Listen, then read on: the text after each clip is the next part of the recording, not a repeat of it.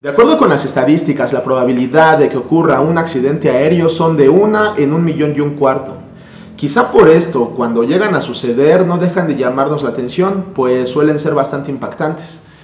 La historia de Larissa nos va a llevar a la antigua URSS, cuando en 1981 ocurrió la caída del vuelo 811, muy cerca de la frontera con China, lugar al que por cierto no podían entrar los ciudadanos soviéticos. Con todos estos elementos, Larissa tendrá que hacer todo lo posible por salvar la vida, o de lo contrario, el clima, el abandono de las autoridades o los peligros de la naturaleza la harán sucumbir.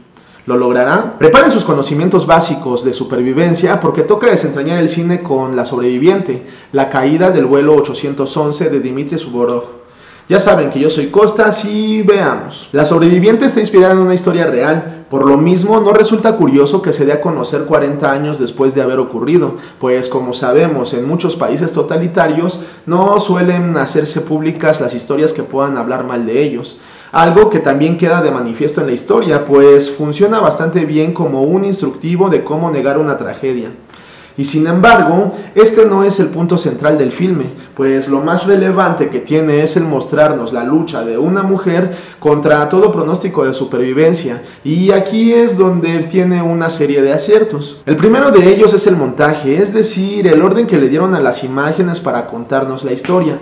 En este aspecto tenemos que echa mano de diferentes transiciones para ir brincando entre el pasado y el presente, para de esta forma ir conociendo mejor a la protagonista. Las transiciones, hemos de decir, están hechas hábilmente a partir de los diferentes movimientos que realizan los personajes, los objetos o de la composición propia que tiene la imagen, lo cual es bastante creativo y de alguna manera cumple con dos funciones. En primer lugar, para ir haciendo cambios de escenarios y que estos no sean muy abruptos, y en segundo lugar funciona para irle dando dinamismo a la historia y evitar que se caiga en la monotonía de presentar solamente a un personaje tratando de sobrevivir, en donde imperaría el silencio.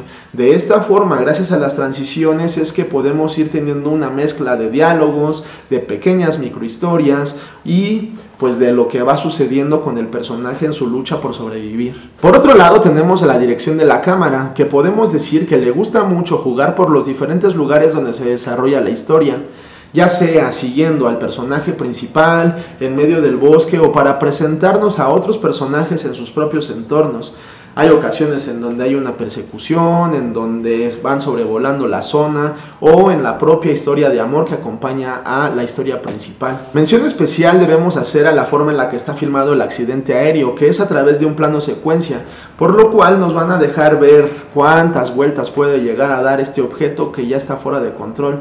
A mi parecer es la parte mejor lograda. Podemos mencionar también las buenas actuaciones con las que cuenta cada uno de los personajes, y hay un elemento que llama la atención, que es el diseño de la producción, tanto en los escenarios como en los vestuarios, que de alguna manera nos transporta fielmente a la época en la que sucedió el accidente. Ahora, la cinta enfrenta algunos detalles bastante puntuales. En primer lugar está el hecho de que en el momento en el que nos dicen que es una historia basada en una historia real, pues ya sabemos hacia dónde se dirige, y lo único que nos queda es sentarnos a disfrutar de la manera en la que está estructurada.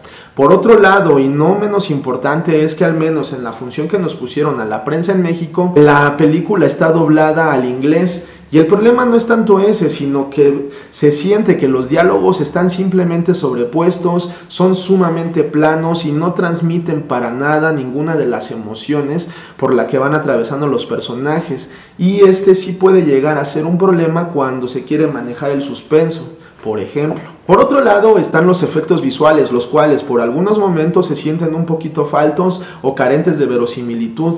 Por ejemplo, tenemos la presencia de un tigre o el propio accidente, en donde pues de repente sí se revela que están un poquito computarizados, y esto de alguna manera le quita un poquito de fuerza a la historia. En conclusión, La sobreviviente, la caída del vuelo 811 es una cinta que debe apreciarse por el montaje con el que cuenta, pues gracias a él nos encontramos con una historia que, aunque anunciada desde el propio título, es contada de una forma bastante dinámica y creativa, desde la manera en la que hace las transiciones, el uso de la cámara o las pequeñas historias que van acompañando a la principal.